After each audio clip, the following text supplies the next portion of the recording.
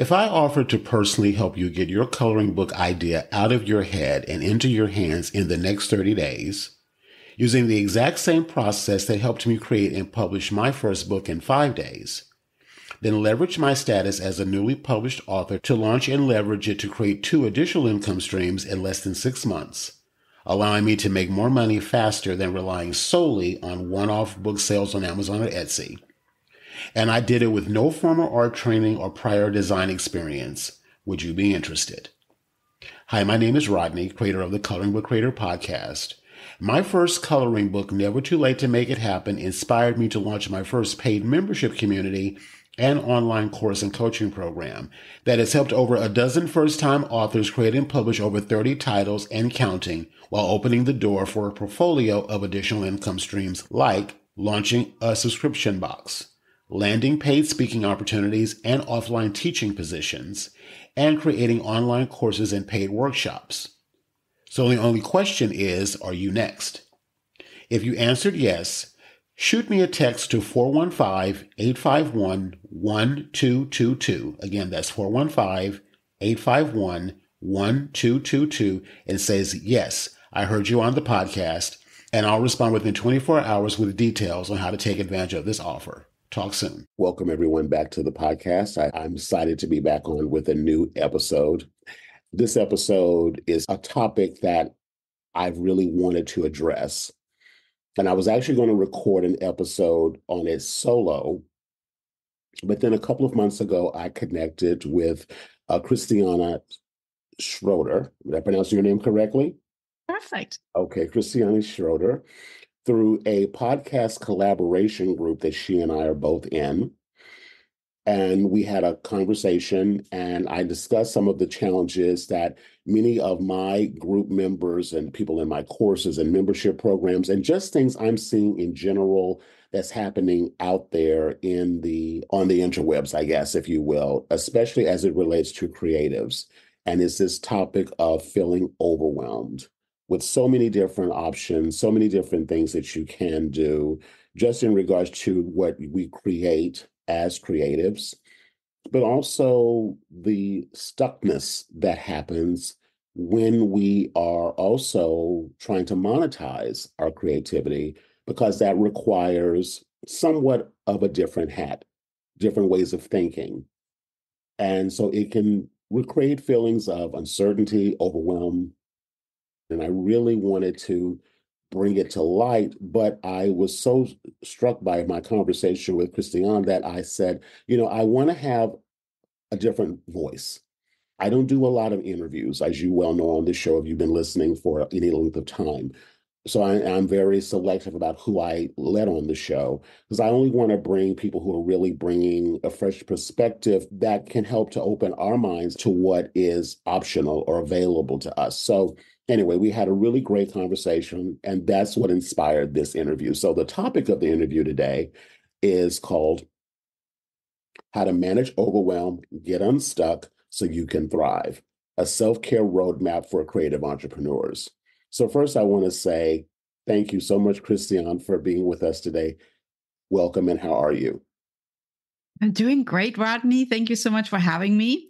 I'm actually really excited to share this because I feel that we tend to think it's just a problem that we have and everybody else seems to be thriving. So it's kind of great to just pull back the curtain and put it out there and say, absolutely not. We are all struggling. We are all on the struggle train. So let's maybe share a little bit of what gets you off the struggle train, right? Absolutely. So let's talk about that a little bit. You sent me over some points that we want to talk about. So I just want to kind of go with that flow before we go there. Tell us a little bit about yourself, your background. You might hear it from my accent. I'm born in Germany, grew up in Europe, and then came to the United States for graduate school. So I applied to various schools in the Midwest, earned my PhD at Purdue University in applied economics, and then moved to California where my professor teaching innovation, entrepreneurship, and marketing. While I moved across the United States, so I have to add a little bit of overwhelmed and, of course, busyness into my life. I was actually pregnant and had my daughter while I started my position on the tenure track here. And now we are living here, a happy family, I have two teenage daughters now, so there's definitely always something going on in our lives. I love my job as professor, and I have my private coaching business, which is called Hello Happiness, as well as my globally ranked podcast, Happy Healthy Hustle, that I love being a host of. Love it. I'll put links to all of Christiane's resources inside of the show notes here, so you can all go check out her podcast and everything, which I've listened to multiple episodes of, and you're getting a lot of value out of what Christiane has to share. How does someone even know or even have any clarity around that possibly maybe I am stuck? How does it show up for us, as symptoms, if you will? Yeah, that's a great question, because I think that feeling overwhelmed and stuck is going along with feeling stressed out. So you're essentially creating this anxiety about not getting it all done, and feeling to where you don't seem to be taking anything off your to-do list. The to-do list just gets longer and longer, and you're really feeling so overwhelmed that you don't even know where to start. And that's maybe like this feeling of stuckness. You're looking at everything on your desk, all these little post-it notes that you put there.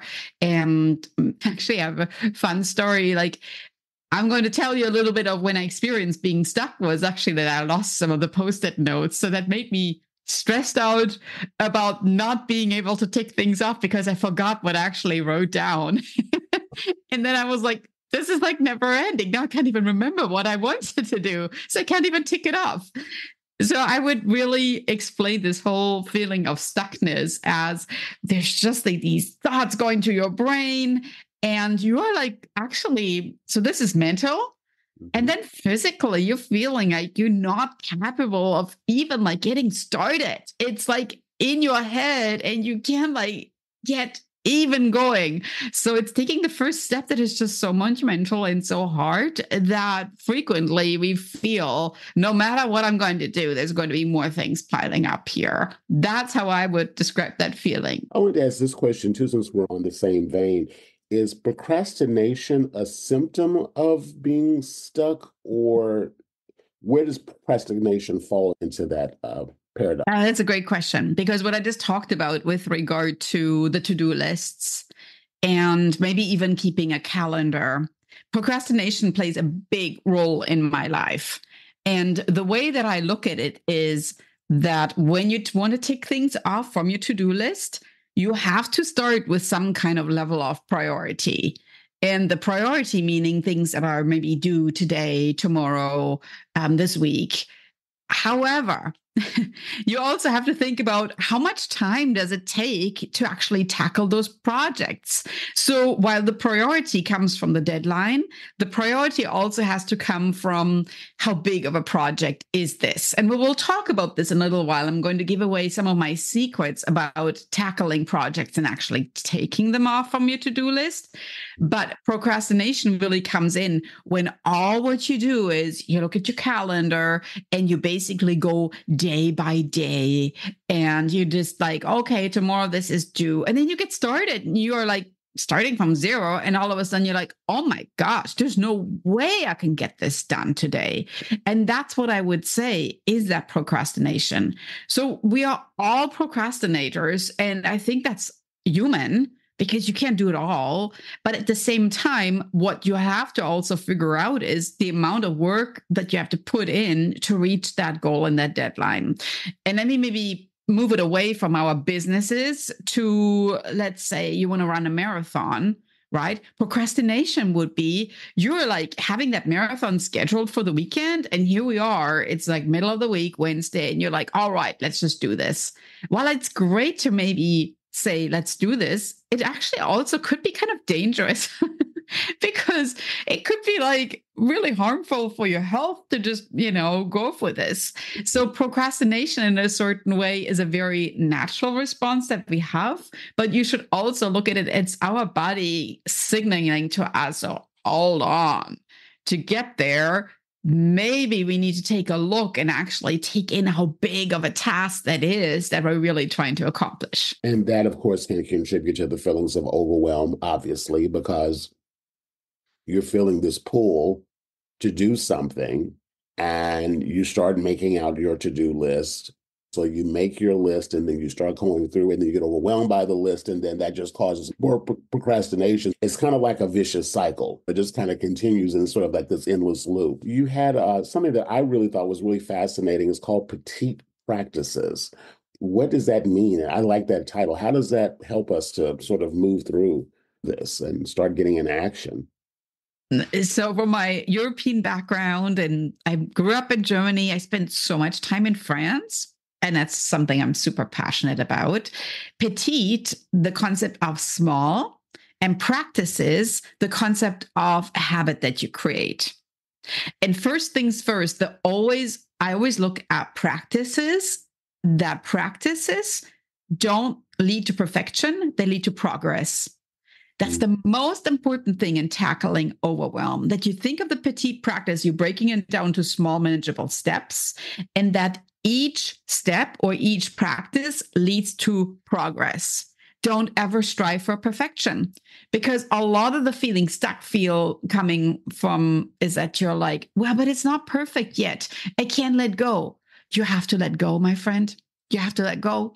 And it's just otherwise never ending, because things don't come off your to-do list and you're driving yourself crazy.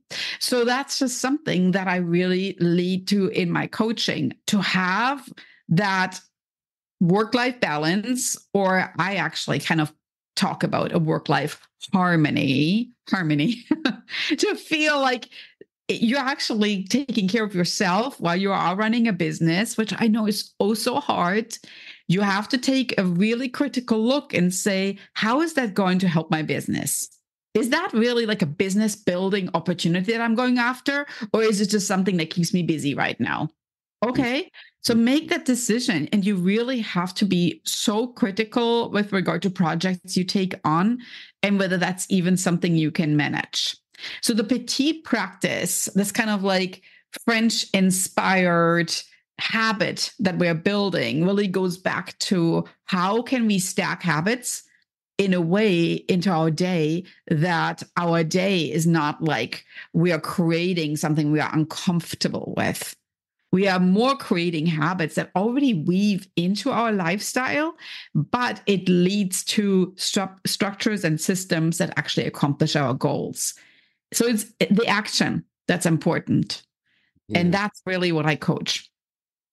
I love that. And you're reminding me of something I want to emphasize and stick with for just a minute is languaging and how we describe things. It impacts how we feel about things, which then influences our actions.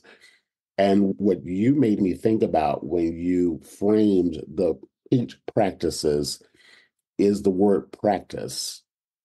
To me, energetically, the word practice implies or infers that it doesn't have to be perfect because I'm practicing.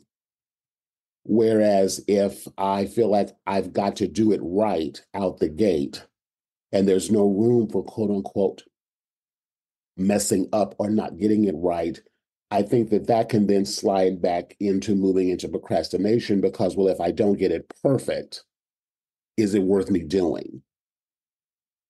What's your thoughts about that? As I that's what came up for me when you were saying that. This is actually perfect, because I always say that fail, right, stands for, so FAIL stands for first attempt in learning. And I always say, high five, we are failing. First attempt, we learned that one didn't work. Let's keep moving on. So a failure is just your unique way in figuring out that that was maybe not the right way. Because think about decisions that we make on a daily basis.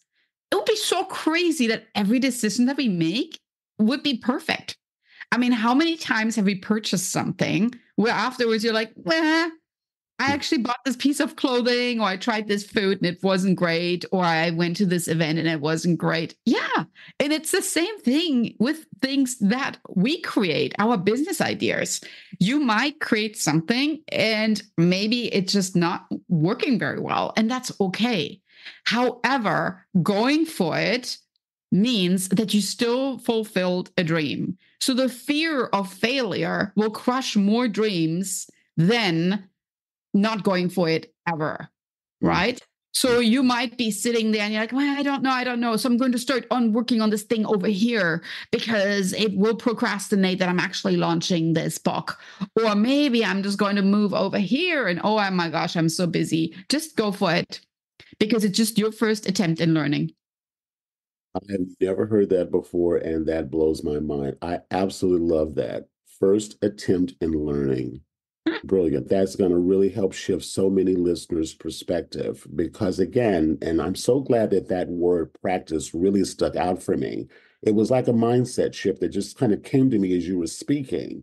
You hear about people say their art practice. When I hear the word practice, it doesn't imply or infer that it has to be perfect, but you have to do the work in order to be able to develop the practice. I think anything that we can do to subtly shift the way we think about things and how we language things and impacts how we feel, which impacts what actions we take or not take, and then how we feel about the actions that we take and the result that we get, or quote, well, we get a result regardless. It may not be the result we are envisioning always, but we do get a result. So. Yeah, and what I like about the petite practices is this, I coined this terminology because of my cultural background. And I would encourage all of us to actually dig down a little bit deeper and think about your own cultural background, because we all have these suitcases with experience that we carry around. And while you are going for your dreams, also think a little bit about what makes you you. What is this uniqueness that comes to your plate? So even though we are going for our dreams, it's still something that you want to share with others and that maybe makes us smile and light up whenever we hear about it, because we're like, oh, petite practices, that's like so Christiane right there. And that's something that I feel I'm actually smiling just when I do it. And of course, we are still going for your dreams and we are getting things done. So it's not just like that I say, well, let's break down work into accomplishable steps. It's actually creating a little bit of a joy and fun factor, because we are also just giving it a unique name. But we also want to have fun in life. That's really what it's after, right? All these amazing things you create, it's also something you should be very proud of because it shows who you are and how you're bringing out your unique skills. Now, you talked a little bit about our cultural background, and you were talking a little bit about work-life balance, and specifically where you're from in Germany. I want you to talk about that a little bit because I had a thought that came to mind, but I want to get your perspective on that one, and then I want to bring in some things that came up for me as I was reading that, and what you had to say about that. Yeah, so that weaves in perfectly with what I just mentioned right here. So let me tell you a little bit about one important term that we haven't even addressed yet. Procrastination, feeling stuck, feeling overwhelmed goes with a big thing that's called the imposter syndrome. So we were basically feeling stuck and overwhelmed, and we don't want to launch whatever we are doing, whether we're writing a book or anything, because we are feeling somebody else has done this already, and maybe they have done it much better. And there's so many other people out there that are doing what I do. And I beg to differ. Nope, nobody has done what you do because you're you. And so go out and share your amazingness with the world, because I know that when you do it, it's just still going to be different. It's still going to be something that you're sharing that by not sharing it, you're stealing from others because you're not sharing your uniqueness. So you need to think a little bit about tapping into your own cultural background and say, all right, so what was my upbringing? So my company is called Hello Happiness for a reason, because I think that our confidence really comes from tapping into what makes us special. It's like this nest we are creating, and each element of our nest are like these little twigs and branches and maybe feathers that you've collected over the course of your life that are unique experiences. So maybe you share something in a certain way that you explain it because that's just like an experience that you had in the past. Or maybe there was something that really helped you when you went to school or that you learned from somebody else, but the way that you explain it is still uniquely you. So the culture is also important. And so think about everything that you put out there is your brand, is you. And it also said something about how amazing you are and the gift that you share. I say this all the time. My members and students of my programs is that your number one best marketing method out of all the different things that you can do with social media and ads and so on and so forth is for you as a creator to also to integrate yourself and get in front of your product, whether it's a book or whether it's a course or whatever it is, because ultimately we are doing business with each other based on how we feel. Of course, no one is looking to see who is the founder of Crest toothpaste and what are their values and what's their cultural background. I mean, there are certain brands that we just do business with, but even household brand names have a culture. They have a way of being and a philosophy that pulls their customer base in the beginning. When we're all starting out as solo entrepreneurs, we don't have the budget to build, to orchestrate a brand story, if you will, on such a mass scale, like a Sephora or something like that. So the best asset we have is ourselves and how we show up. So no one's going to write a book about the same topic. No three people are going to write that book the same way because they're all going to come from their own unique perspective and background. And I think it's something based on what I'm hearing you say, something that we should look to integrate and actually celebrate as opposed to look at it from a credential basis where they've got a PhD in that they're more qualified than I am, so I can't write on that. Or they have years of experience with that, or even the stuff that I've gone through that may be really challenging. No one wants to hear about all of that stuff. But that actually is our sort of secret sauce, maybe. Is that kind of the way to look at it or view it? I love the word secret sauce because I use it in my coaching all the time.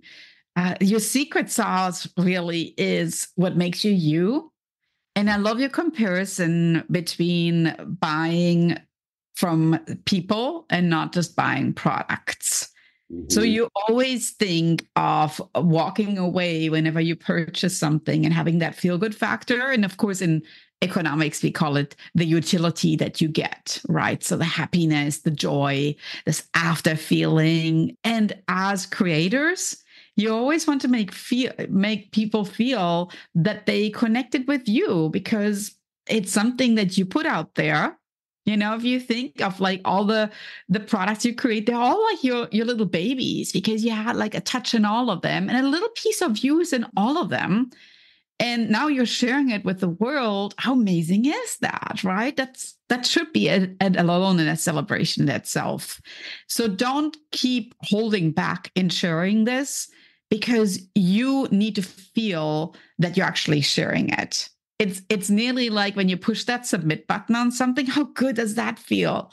And even if nobody buys it, it's still the feeling that you're actually putting yourself out there and you're sharing it and you're creating your unique gifts and you're sharing them. That's really what it comes down to. It reminds me of the Maya Angelou quote that people won't remember what you said, but they will remember how you made them feel. And Exactly. yeah, and customer service. I come from a customer service background where I spent many years in the luxury hotel market where we're waiting on people that are extremely wealthy, some of the most wealthy people in the world, actually. And the number one thing, no matter what property they stayed, that they were always acknowledged by their name to feel like you knew them when they walked in the door, that you understood what their likes were, what they didn't like, what they were allergic to, what kind of pillows they liked, what kind of bedding that they liked, if their child had a peanut allergy. No matter where they stayed in the chain, you knew that about them. It was actually called a culture, a corporate culture. And that's what made them want to come back because as it was presented to us in our orientation meeting, when you're tired from travel, a bed is a bed is a bed. You want a place to sleep and a place to wash up and something to eat. Why would I pay $1,000 a night over $200 a night? And it's all about the way that the person felt, that they were looked after, cared for, made to feel that they were important, not just a number on the books. And so I always try to emphasize that the more that you can make people feel that you really care about them as your customer and as a part of your family, so to speak, the more that they will recommend you and want to be with you and purchase. You don't have to push, I think, so hard. So I like that sort of idea of really building a culture, if you will, around your brand. And I think it also excites you to want to even do business because you're showing I'm not just concerned about the sale. I really want to create like a little family here, a little culture here. So anyway, I just wanted to throw that out. Transitioning from work life to home life.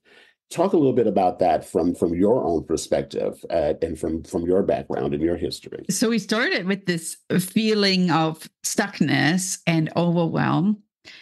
One thing that helps is creating boundaries. Boundaries, of course, verbal boundaries, saying no to things. I mentioned that earlier. When you take a look and you're like, do I really need to do this? Is this business building? Is this something that I really should commit to? Or is this something I took on just because I was afraid of saying no? That's the first step. The second step is that you also create physical boundaries. And of course, in your house, whether it's a small house or it's a large house, it starts from entering the home when you come from the outside going in, right? So in Germany, where I grew up, there's a very strong culture of when you enter somebody's house, and starting with your own house, you're taking off your street clothing, your jacket, you're taking off your street shoes. And it's respect for the host because you don't want to bring the dirt in from the outside.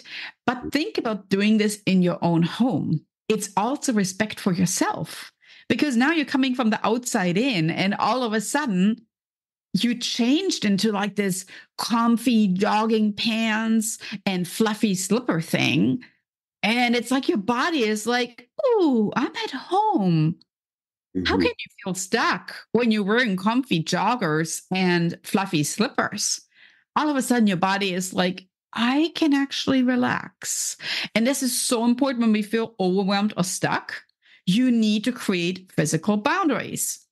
So when you come home, change your outfit. It doesn't have to be like you're going through this whole shebang of changing outfits, but try taking your shoes off. That's pretty simple, right? And see how that actually translates into respecting your home as a vessel of joy, of peace, of relaxation, because you will need this. All entrepreneurs need that time off.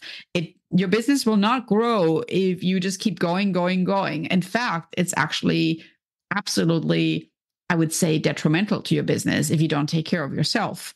It's like in the airplane, right? They always say you have to take care of yourself first before you help anybody else. You have to take care of yourself. So look at your day and whether that's physically entering into your calendar little self-care moments, but also create a little bit of a boundary, especially when you work from home, between when you want to start work and when you want to end work. And I know you will never ever be able to finish all your emails or answer all the DMs of da da da da da. But that's not the point. The Mm-hmm. point is that you're actually just setting a time and you have to stick to it. You have to honor that time. And then you're stepping away from it because when you come back, your eyes are going to be fresh, your motivation is going to be there, and you have that fire that actually leads to finishing a project instead of just like having like this lingering, but I should, and da da da, and maybe I could, and why don't I read my emails while I eat dinner? I mean, think about that. That's really a crappy dinner, right? Where you're sitting and you're looking at your phone. Put it away. It's not doing anything for you. It's actually just a way of procrastinating that you finish things because you're not honoring your me time. Yeah, I found for myself, it's like there's, one of the days when today's kind of a foggy day here, and I'm in the Bay Area in San Francisco. But there are days when it's nice and the sun's out, and I'm on the computer, and I have lots of windows around me, but I've made an active point now of close the lid, leave the phone at the desk, go sit outside, at least sit outside on the deck and get some sun or do something, because it helps us, I think, to be able to even kind of work through things that may be on our minds if it's going for a walk around the block. But don't go get another piece of technology. Leave all of it aside for a little bit. But I find that that really helps a lot. And something else, too, that you made me think about, because I've heard this term a lot, and I wonder if you've heard it as well. And maybe I know it's kind of deviating a little bit, but have you heard of the term context switching? Yes, I love it. Yeah. Could you talk about that a little bit, especially in terms of our workflow throughout the day? A little bit about context switching and what that actually means and how it actually impacts our productivity. So, in context switching, the main goal is that you use certain things for certain functions, right? So, you use your bed for sleeping and not for checking your email. You use your couch for watching TV and not getting work done. You use your desk for getting work done. And so, by creating an article and a function, you're signaling to your body that your work doesn't just go from area to area and it's just basically everywhere, which makes us feel overwhelmed because we look at the bed and we think about the media we scroll through, and we look at the couch and we think about the messages you have to respond to. But it's rather a switch. And the house does not have to be big, but you can even create corners in your house where you're basically allowing your body, let's say you have a desk and you're also in your office, maybe you have a little area where you stretch, or a chair where you're enjoying the sunshine, as you mentioned, Rodney. So by switching the context, your body actually then mentally and physically realizes, oh, I'm not doing emails right now. I'm actually sitting and I'm relaxing. I can close my eyes. I can listen to the birds. I don't have to look down at my phone.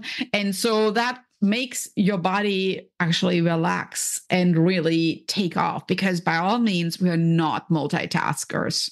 We're always thinking we can, not happening. Because either way, you're not listening to somebody while you check your phone, or you're missing out on some beauty that's happening around you. So don't even think that doing this quick thing while you do something else is actually serving you. It's actually hurting you.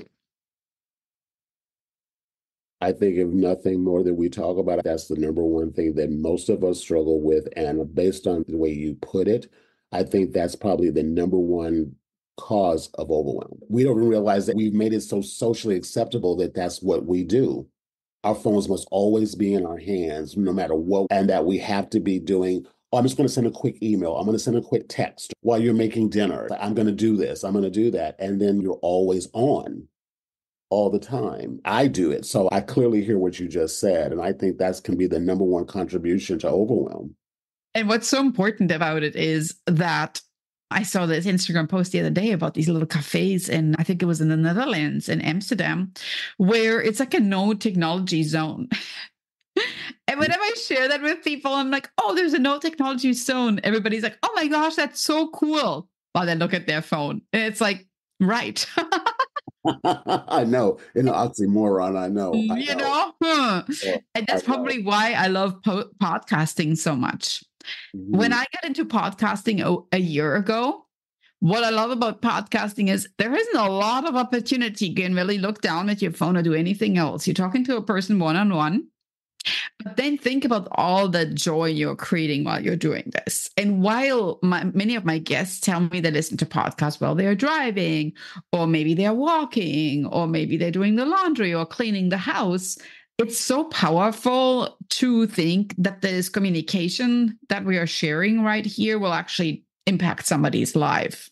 Mm-hmm. And what I love about all this is that try to think of technology more as something that you can use to also take care of yourself, right? It's not always just it needs to get done, it needs to get done.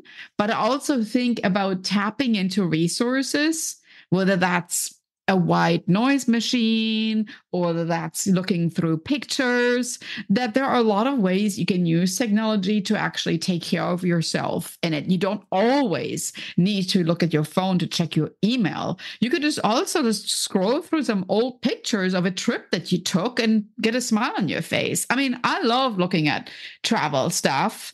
And sometimes I just like pick out little locations and I just start dreaming. It's like, oh, I want to go to Thailand because Rodney told me about this. And that's kind of cool too, right? So don't always think of technology as this thing you have to do. Get rid of the should haves. I should have checked my email right now. I should have responded to this. Just like dream and use technology. Just kind of like create little vision boards. Oh, I always want to go to Thailand. So I'm creating a vision board.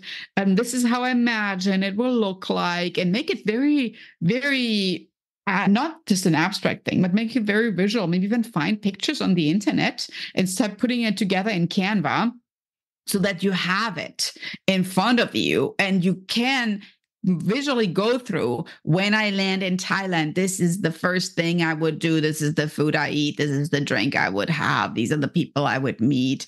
And see, this is like technology, but it's in a fun way. It's kind of like nearly childlike. And we all like sometimes feel like, well, this is kind of goofy. No, never. Because we all lose the ability to dream and share our dreams. And I think that's what really leads to the overwhelm and feeling stuckness, that we feel there's this heavy burden of being an adult and all these things we need to do. And I always say, absolutely not. Nobody's going to miss you on social media. I know you think they will, but if you don't post for a week, nobody's going to be like, everything okay with you? It's not.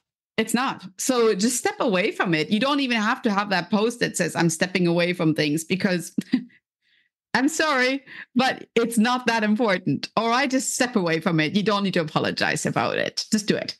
Exactly. I love that. And I don't mean this in a way to say that we aren't, but in the grand scheme of the world, the context of the world, we are not that important. Everyone's not sitting there thinking, oh, what is Rodney doing today? He hasn't posted in a week. They're not thinking about us like that. I also wanted to make a point of saying I really enjoy what you said about podcasting. And why I personally love podcasting is because it's a different mode of receiving information, where typically this one will be a video one on YouTube as well as auditory. But listening to something as opposed to looking at a photograph or a video, all of us as entrepreneurs are going to be content creators. We're making books. We have to be able to share our content. What do you think, and what are the challenges that you think that we're facing as people who are trying to manage overwhelm but still show up on these platforms? How can we manage our content or these mediums in a way that still keeps us somewhat top of mind, or at least have a presence online without overwhelming us, but still showing up? Oh, that's a great question. I actually coined something that I call the ABC framework, right? So it's tying in with the petite practices. You have to dig down. We talked a lot about culture, but you really have to figure out, what are your goals, your aspirations? What's your attitude? Because while you might want to be everywhere, think about brands that you purchase and that they are very specific and targeted at a certain clientele. All good brands are very specific and they're very niched. So your attitude and aspiration should be that you need to niche your own life as well. You can't be everywhere. You can't do everything. It's not happening, right? So the A stands for attitude and aspiration. The B stands for, what are you best at? What are your skills? If you're currently doing some things that you're maybe not great at, is that something you could ask for help, outsource, delegate, or get rid of, right? I mean, because in reality, I know it's so hard to say no, but I always appreciate an honest email that says, while I would love to help you with that, I'm currently really overcommitted. And if I were to help you, I would not be the best person for this. Right? Speaking about the be the best. So your goals, your aspirations, be best. And lastly, who or what do you care about? Right? So the A, aspiration, the B, what you're best at, and lastly, the C, is that something that I really care about? Does that resonate with who I feel I'm serving my clientele? And if the ABC doesn't line up, right, then you will always feel overwhelmed because you just like, like when you sometimes see, there's no connection with regard to the Wi-Fi, you're constantly trying to connect. You're trying to find your North Star. Where are you even going? You just feel lost. So you have to create a little bit of a plan. And there's a big importance between a result goal and an action goal, right? A result goal is, well, I'm going to create a business that will make $1 million. Amazing. High five to you. I love it. You're going to stay at these resorts that Rodney told us about. I love it. Well, that's a great goal, right? But then how about this goal? That's an action goal. I'm going to make $1 million. And my first steps in getting there is that I'm going to publish these books. Good. So now we have an action. Publishing books lead to outcomes because you want to feel you're not just like sitting there and you're dreaming about $1 million on your vision goal, on your vision board, but your vision board also has these little elements that are tying in with your ABC framework that actually will get you there. Because you can't just like sit on the sidelines and watch the marathon runners go by and you're like, cool, I want to do that one day.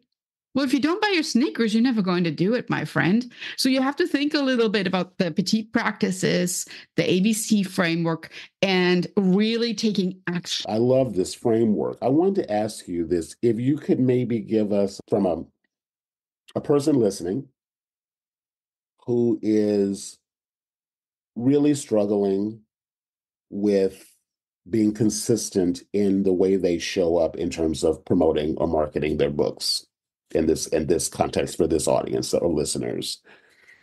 Let's say I have someone that really doesn't like necessarily to be on video, which we all know video now is the craze online, social media wise, but they really don't like that. But they have beautiful product and they want to get it out there, but they sort of struggle with that. And they're sort of hearing all the time, well, you've got to do video, you've got to do video.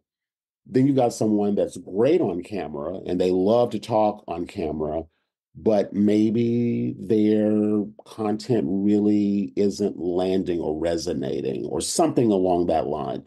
Do you have any kind of suggestions for maybe these two types of people? One who is putting out content consistently, but it doesn't seem to be resonating with their audience. And then one for the person who really doesn't want to be on camera, but needs to put out content, but they tend to hold back because they think, well, I'm not following the trend. What's trending hot right now? Do you have any suggestions for those two people? Oh my gosh, this is so good. And actually, I see this all the time in people that are part of my mastermind collective. Mm-hmm.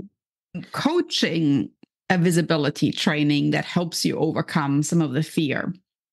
So let's talk about this first person that maybe has a great product and doesn't want to appear on camera, right?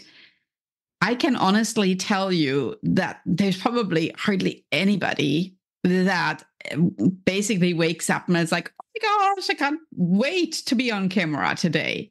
Where that comes from, and we talked earlier about the petite practice, it's just practice. And I would actually encourage you in not filming for perfection and just filming and filming and filming, because eventually it's going to feel easier.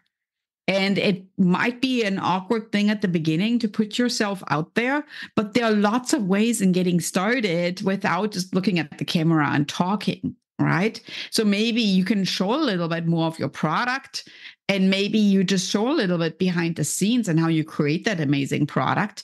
You don't have to necessarily sit there and talk for 10 minutes. It could just be 30 seconds. So think a little bit about sharing without maybe feeling that it's overwhelming what you need to share. There's so many different ways how you can do that. And I know they even have like this faceless tube where you actually never ever show yourself too. And that is another way. So that's for that person that has amazing product and just doesn't know to show up. So I help people overcome that feeling and that fear. And again, first attempt in learning, right? The failure, you got to go for it. So let's talk a little bit about the second person that maybe shows up everywhere, but doesn't have amazing product. I always encourage people. And earlier we talked a little bit about the ABC framework, the attitude, what you're best at, what you care about. And really, if you are that person that shows up, why don't you ask your audience what they want? Because you're already out there anyway. You may as well as tap into that market research and start interacting with them and say, all right, here I am. Did you enjoy my last book? What would have made that book even more amazing? So don't be shy and tap into your network because you're out there anyway and get their feedback, because make them part of the journey makes that product maybe better. And if you love being on social media and you love sharing, then use that C for caring. Actually care for them, right? It's just as if, I have 2 teenage daughters, as if they were to come home and I would be like, all right, today we're going to eat this. I mean, what kind of decision is that? I can't just make a dinner decision, right? I want to make them part of the team.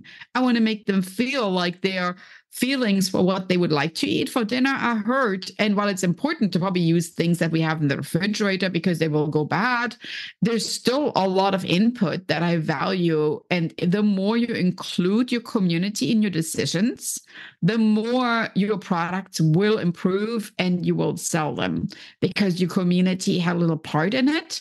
And at the same time, it's something that also will make you a better communicator. Mm-hmm, mm-hmm. I love that, especially that second analogy for that second person is asking. And that's something that I'm really a firm believer in, is asking. We have to ask people. It's a collaborative process. It's not just I'm deciding everything that you are, especially if you're wanting them to buy from you. You have to find out what they want, what they're interested in, what they're stuck in, or whatever. So you're creating things that actually address the issues that they're having. And I think that's something that some of us can really, especially as creatives, we can get into this mentality where I'm going to go off into my little cubby hole, my atelier, and I'm going to just create, and then I'm going to bring it out and go, ta-da, here it is, and everyone's going to run and run and buy it. And I think until you're Christian Dior, you can't really do that yet. You're gonna have to work with people to find out. And even with a major brand, they still have to do market research. They have to understand their buyer and their customer and what colors are trending and what styles are trending and what things that they like. You're always looking for feedback. What's the world telling us that they are most interested in and excited by? And I don't think it diminishes the creative process. I think it actually enhances it once you understand your customer a lot better. So I really enjoy that, use actively asking people in your videos. Even if you're doing faceless videos, you can still write in there and ask, I'm thinking about these 3 new ideas. Which one do you like? Or just make it more collaborative. So I like that. Yeah. And coming back to that first person that struggles, and we started talking about struggles, and I shared my overwhelm to where I even lost to-do lists. I make it a point on social media in sharing my struggles because it actually makes me more authentic and real than always sharing this curated content, right? So you could totally, maybe you're working on a book and all of a sudden you figure out, you know what, actually, I feel that I need to change direction here. Or maybe you have some family emergency that's keeping you from finishing it. By sharing your struggles and your story, you're actually creating a better and authentic you than just showing the finished product. Agree with that. I so agree with that. I feel that is something that's one of the things that I teach all the time to my students is share the journey of the making of the product, not just the finished product. That is actually a very active part of your quote unquote marketing is, I have, I'm working on I call it an interest post. I have 3 or 4 I'm thinking about making a new book. These are the subjects that I'm thinking about. Which one of these resonate with you the most? These are the covers that I've come up with. Which one of these ideas do you like? And let people vote. And as you're sharing what I call the behind the scenes of what you're creating, including the days when you feel like not having a great day. I'm taking a break and I'm going out for a walk and I'm playing hooky and I'm having coffee. I'm treating myself to, whatever. It doesn't make you look unprofessional. I think it makes you look more human and resonates with your customers much better because they probably feel the same way too. And I think it just makes us more relatable. We don't have to wait until everything is picture perfect to show up. We have to share our journey along the way. So I think it's just a great part of marketing. You talk about, Christiane, celebrating small wins and mentioning that as being really important. Can you share a small win that's affected and impacted you and why we should actually celebrate our wins? We talked about our showing our behind the scenes, maybe our not so much our wins, but we'll want to share our wins too. So every night at dinner, we eat dinner at the table. No technology allowed in our house at dinner. And we put the phones away, the iPads, and whatever there is. And then we go around the dinner table and we say, what was the best part of your day? And actually, speaking about traditions, actually, we kind of hold each other's hand. And in German, we say, Guten Appetit. And that signals, all right, dinner time, whatever you're doing, we're focusing on the food, we're focusing on the people right now. And then we go around and we're like, what was the best part of your day? I have to say at the beginning, my children kind of struggled. They were like, day just wasn't good. It's like, well, let's talk about it. And then when they talk about, I'm not putting pressure on them, like, well, I'm sure there was something that was good, right? And we're basically like, okay, let's start from the beginning. Well, you got out of bed, you went to school. Were there any fun people you met at school? Yes, yes, yes. Oh, you had a good lunch break? Oh, and all of a sudden it's like, you know what? I did really enjoy PE today. And I'm actually, that's the most important thing as a parent. No matter what they say, you have to be cool with it. If they say the whole day was horrible, but the best thing was PE, you can't be like, what about math? What about English? You didn't like that? No, no, no, no.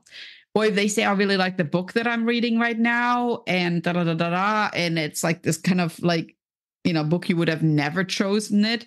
That's all right. They're sharing, and you're keeping them, you're being honest and you're opening up the communication. So small wins are just that. It's like the small, petite practices that will A, make you a better communicator, but B, attitude that you have in your life for like little things, whether that was maybe having a good lunch break, grabbing that coffee, going outside, acknowledging that today is just not a day I'm going to be productive. That's a win. It's like, cool. You connected with your body. You figure out, nope, not a good day. Yay, you for not sitting there and wasting your time at the desk because we've been there. You are like, well, that was crap. That really didn't lead to anything. We all have been there. And then like, well, I should have rather done this. So I would encourage you to just think, it could be at the end of the day, could be in the middle of the day, and just kind of think, what is one small win I could celebrate? Yeah.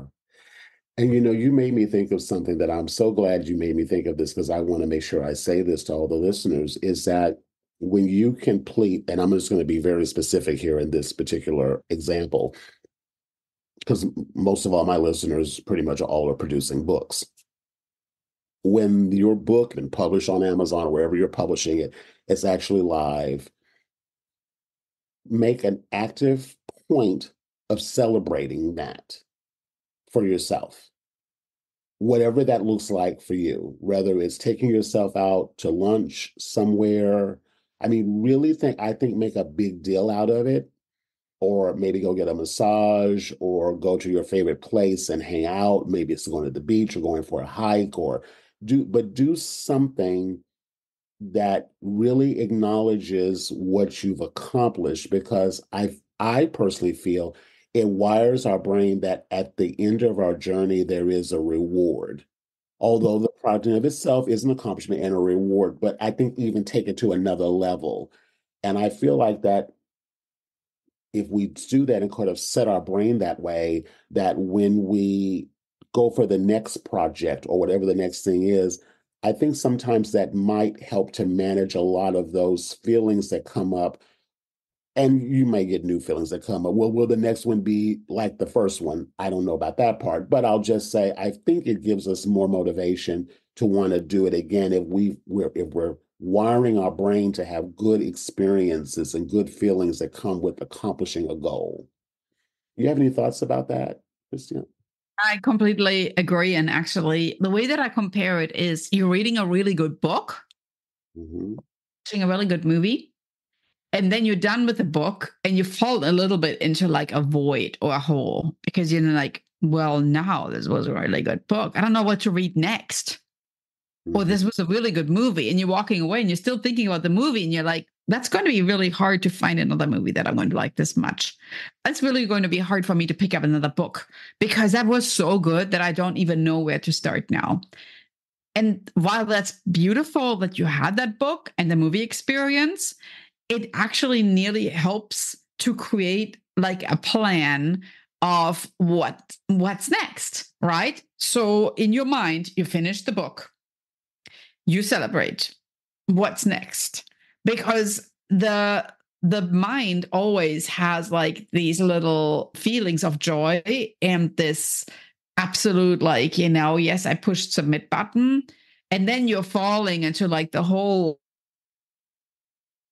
because now I have to start this all over again. I can't believe it. Right. So don't think like that, because it's not really like the ups and the downs and you have to start a new project or not.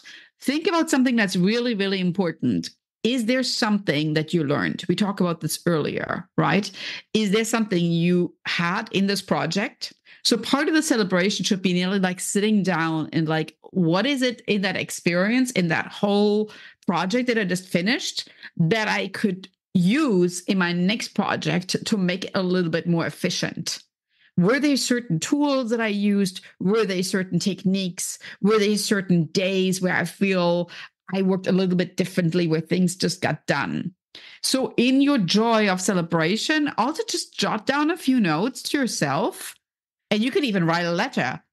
Dear Christiane, it was amazing that you finished this book. Now that you're here, why don't you do a massage every so often? Because after the massage, you felt great. And on that day after, productivity. So think, what habits did I use that led to the completion of this project? Because those are the gold nuggets you need to weave in for your next project. And it's not starting over again, because you're going to be way smarter and more efficient if you do that. I love that. It echoes what I say all the time to my students is it's not about the book. It's about who you become as the person who has created this. You made a decision to do this, and you've walked through all of the process of it, even the frustrating parts of it, and you've acknowledged your accomplishment. And then what, as you described everything, Christiane, in one of my business coaching groups, we call it the debrief. You're debriefing everything that you've done and taking that time to really write down what you did when you felt stuck, what you did, what processes you found that this software worked well, but this one didn't work well. This a method worked better. I worked better in the mornings as opposed to evenings or whatever. And you course corrected, pivoted, but you stayed committed to doing it. And by taking that time to debrief it and acknowledge it and write it down, you realize that you had to probably make some changes yourself in order to stay the course. Fundamentally, I believe changes, in a sense, kind of who we are. And so that's why I always circle it back to it's not necessarily about the project or the book, it's about who we become as a result of taking this on and doing it. So I really appreciate you saying it that way, because that echoes what I say to them all the time. Yeah, it's true. And, we're always growing and changing. So just look at it as a journey, and everything that you're doing and accomplishing is part of that journey. I love it. Well, Christiane, I want you to tell us a little bit about who you work with, and what advice would you give someone who's hesitant about stepping outside their comfort zone, wants to chase a dream, and how do you work with people, and how can people get a hold of you to Yeah, learn? I run a mastermind collective, and my main target audience are those that are afraid to go for their dream. even though that might mean that going for your dream is stepping out of your own safety and comfort zone.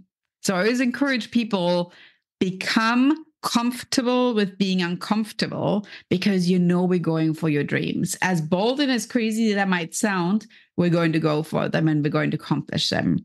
Because dreams don't have a certain time when they're becoming, like an expiration date. Like, oh, after I retire, I will do this.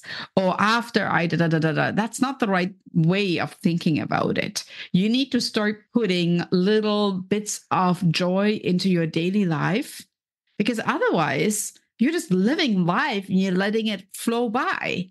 You need to embrace every day and every moment and still accomplish your work, but you also need to create those little rewards that we just talked about, those little celebrations and those wins. So I look at my ideal client as somebody that sits at the crossroads, looking down one street. That's the absolute safety net. You could continue going down that road, but the other road at the end of it is your dream. And you don't know exactly how this road looks like because you've not taken it. You have not accomplished your dream yet. And I help people going down that road all the way. We basically create a plan, a structure, a system, and I'm there empowering them and helping them out. And of course, in my mastermind, we also have a community of other amazing people. So we are all cheering each other on, and we are setting accountability for taking the first steps to go for our dreams. Going for your dreams. I love it. Christiane, how can people get a hold of you? How can they find you to get more information? Yeah, and I want to weave one last bit of thought for everybody here that's tuning in today. So when Martin Luther King had his famous speech, "I have a dream," that's kind of how you need to think about this. He didn't say, "I have a plan," right? He said, "I have a dream." And so think about how important that is, that we all share what we really want to do. And while you might not know how to get there, there's coaches like Rodney and myself that can help you there. But if you never share what your dream actually is, how are you going to get there? Yeah. So don't worry about the how. Just worry about sharing what it is, right?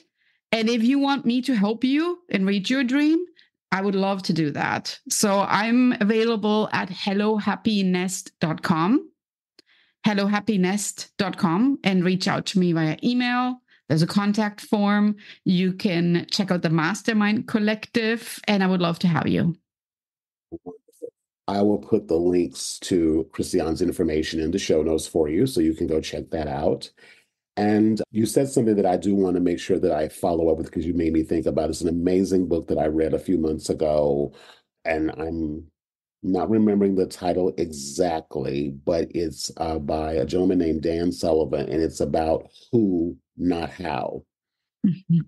And it was highly recommended to me, and I got the audio version and the Kindle version, digital version, because I was still traveling at the time and I couldn't get physical books.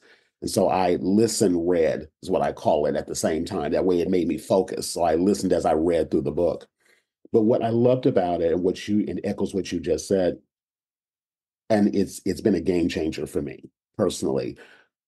When you're developing your dream or fleshing out what that dream is what Christiane is saying, the last question to ask yourself is how? How do I do this? Because that immediately, then we only can reference our how based on what we already feel we know or what we already have in our consciousness. Better question to ask is who.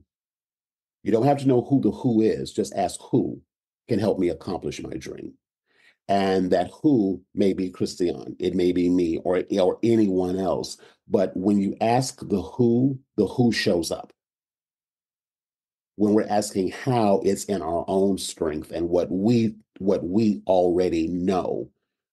And it's not, to me, very productive because, again, I only can go so far as what my consciousness has allowed me to, what I already, how do I know how to do something? There may be another way. Christiane may have another way to bake a chocolate cake, very different than the way I would make one. And it's not to say mine's better than hers or hers is better than mine. It's just a different way. But her way may be much more aligned with what you are looking for. So when we ask who instead of how, the who shows up. So as you're listening to this today, I encourage you to ask yourself, is Christiane my who? Then go check on the link on her website and see what she has available. Or if I'm your who, check out what I've got going on. But if you're listening to my words right now, I just want to encourage you to reframe how you go after your dream by focusing on who can help me and be open and receptive to the who showing up. I think it'll go a long way towards you actually achieving that dream. I just want to close it with that. So, Christiane, do you have any thoughts about that? Yeah, we don't buy products. We buy stories and we appreciate people. So connect with the person that you feel is bringing out the best in you. I think with that, I think we pretty much nailed it. So thank you again so much, Christiane, for being here Thank today. you. I loved this interview so much. I'm going to go back and listen to it myself multiple times because I always enjoy getting new perspective. So I really appreciate you. Thank you again for being with me today. And for all of you listening, listen to this multiple times. Check out the resources. And don't be afraid to reach out. If you have any questions for me or myself or for Christiane, please utilize the resources here in the show notes to check those things out. And I would just say this, if you're listening to this, it's because you're ready for whatever's next. Whatever that next step is for you. This isn't by accident that you just stumbled upon this. This is something that is supposed to be a part of your conscious awareness. So take it as a sign and move forward with it, whatever that looks like for you, but move forward with it because your dreams are important. They matter. We matter. And in a world we live in right now where there's so much chaos going on, we still need dreamers. We still need people who are trying to make the world a better place. And we become a better place by us being better versions of ourselves. So if that is something that you're ready to do, ready to take advantage of, go for it. I think it's all a part of our self-care practice, is taking care of ourselves. We need it now more than ever.